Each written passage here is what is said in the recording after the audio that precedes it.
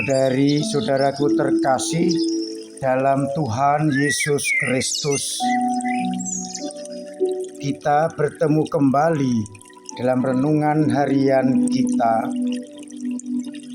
Sabtu 28 Januari 2023. Hari ini kita peringati Santo Thomas dari Aquino, seorang imam dan pujangga gereja. Ia dilahirkan sekitar abad ketiga awal di Italia dekat Aquino. Ia termasuk dari keluarga bangsawan yang kaya raya.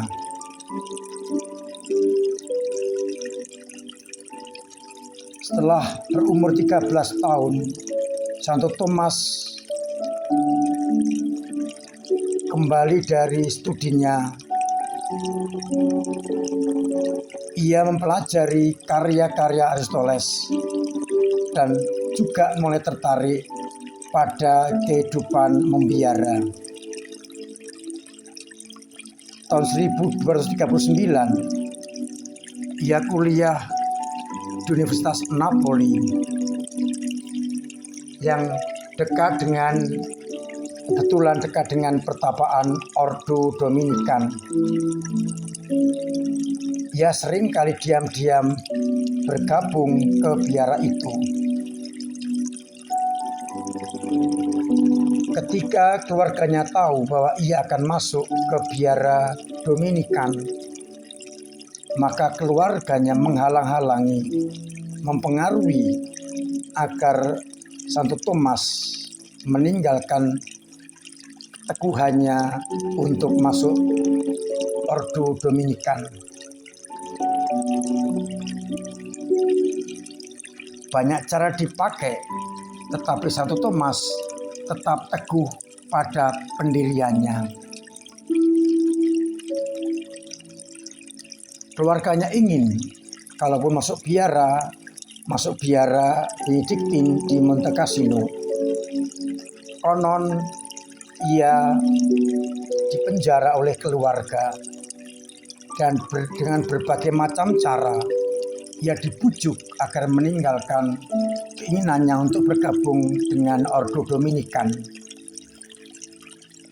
Namun Santo Thomas tidak bergeming.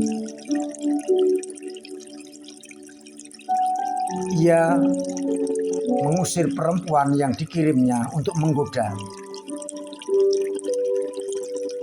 Dan dalam penglihatan, Santo Thomas dikunjungi oleh dua malaikat yang memberikan ikat pinggang dengan tali yang melambangkan kemurnian. Akhirnya, keluarganya menyerah dan mengizinkan Santo Thomas masuk ke biara Ordo Dominikan tahun 1245. Ia kemudian menempuh studi bersama para imam Dominikan di Napoli, Paris. Dan kemudian ketika sudah layak, tahun 1250 ditapiskan menjadi imam. Ia meskipun pandai tetap rendah hati. Dan Santo Thomas mengabdikan dirinya untuk menulis, mengajar, dan berkhotbah.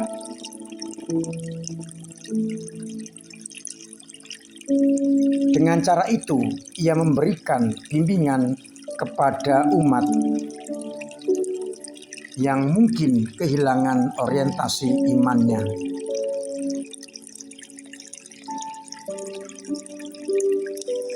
Santo Thomas ketika berlutut dalam askese mendapat suara, "Engkau telah menulis tentang aku dengan sangat baik, Thomas. Apa penghargaan yang kau inginkan?" Dan Santo Thomas menjawab, "Tak ada yang lain kecuali Engkau sendiri ya Tuhan." Hidup Santo Thomas diabdikan untuk Tuhan.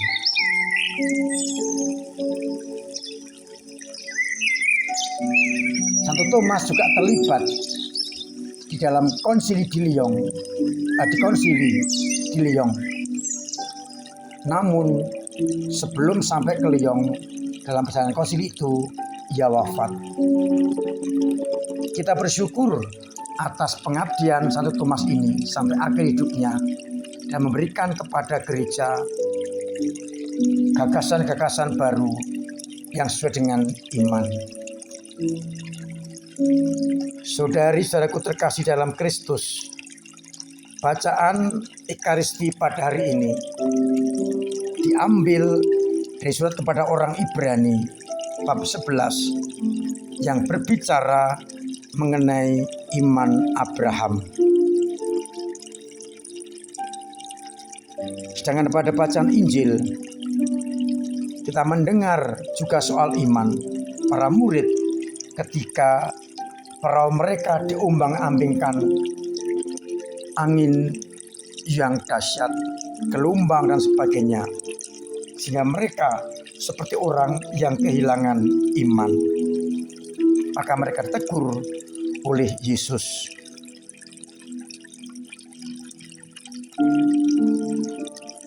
Mengapa kamu tidak percaya? Saudari-saudaraku terkasih dalam Kristus, iman yang kita anut tidak berdasarkan bukti nyata dalam arti fisik.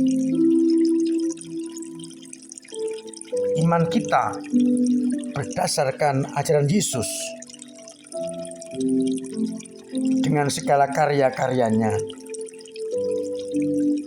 Dan iman itu seringkali dikaburkan oleh banyak hal. Misalnya dalam bacaan yang pertama, orang dikaburkan oleh sesuatu yang mungkin bagi Allah, tapi mustahil bagi manusia. Abraham yang sudah tua dijanjikan berkat tanah dan keturunan. Dan Abraham meskipun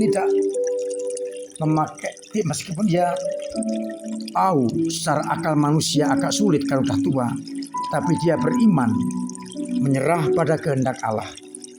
Imannya tetap dipertahankan dan akhirnya ia menerima apa yang dijanjikan, tanah perjanjian, keturunan umat manusia sebanyak pasir di laut dan bintang di langit, dan berkat yang nampak dalam pribadi Yesus Kristus. Iman Abraham bukan berdasarkan penglihatan, tetapi pengalaman bersama dengan Allah. Iman para murid dicobai ketika menghadapi tantangan di mana angin dahsyat, badai, gelombang menghantam perahu mereka. Mereka ketakutan. Mereka lupa bahwa Yesus ada bersama mereka. Iman mereka goncang. Yang menarik adalah ketika mereka membangunkan Yesus, mereka mempertanyakan, "Guru, engkau tidak peduli kalau kita binasa." Itu berarti para murid tidak punya iman akan Yesus Kristus yang kuat, karena mereka ketakutan. Maka Yesus pun menghardik danau, angin pun menjadi tenang. Dan kemudian Yesus mengkritik ketidakpercayaan para murid. Dalam Injil hari ini, Injil Markus, teguran Yesus itu berbunyi, "Mengapa kamu begitu takut? Mengapa kamu tidak percaya?" Itu berarti audiens Markus adalah orang-orang yang tidak percaya akan Yesus Kristus. Sedangkan pada kedua Injil sinoptik yang lain berbeda sapaannya. Hei kamu orang yang kurang percaya. Imannya mulai menipis. Dan yang satu, di manakah kepercayaanmu? Itu artinya pernah beriman dan hilang. Menjadi permenungan kita bersama hari ini. Kira-kira kita dalam perjumpaan dengan Yesus, apakah seperti Abraham yang total menyerahkan hidup kepada Yesus? Ataukah kita seperti dalam Injil Markus, mengapa kamu tidak percaya? Ataukah seperti dua Injil yang lain, di manakah kepercayaanmu? Hilang, tertutup oleh dunia ini. Ataukah kamu orang yang kurang percaya? Kepercayaan kita mulai menipis. Kita mohon rahmat Allah agar iman kita seperti iman Abraham yang tetap kokoh kuat berhadapan dengan apapun juga. Sehingga bersama Yesus kita tidak akan takut. Kita tidak akan mundur. Sekalipun tantangan, perjuangan, hambatan tidak ringan. Semoga kita menjadi orang-orang yang beriman, menjadi Abraham masa kini yang menyerahkan hidup hanya kepada kehendak Allah. Tuhan memberkati kita sekalian. Amin. Marilah berdoa. Bapa yang penuh kasih, kuatkan dan tambahkan iman kami, agar kami semakin berani berpegang pada iman itu dalam situasi apapun juga. Kuatkan iman umat-Mu yang lemah, agar mereka tetap mengerti bahwa Engkau menyertai mereka, sehingga iman itu akan bertumbuh dan berkembang, hidup kembali. Semoga dengan demikian, akhirnya kami mampu menanggung salib karena iman kami teguh, kuat, dan mendalam. Jauhkan segala tantangan yang bisa menghambat, bahkan menghilangkan iman kami. Bantu umat-Mu yang sedang sakit, sembuhkanlah, jagalah. Yang punya beban berat Engkau ringankan.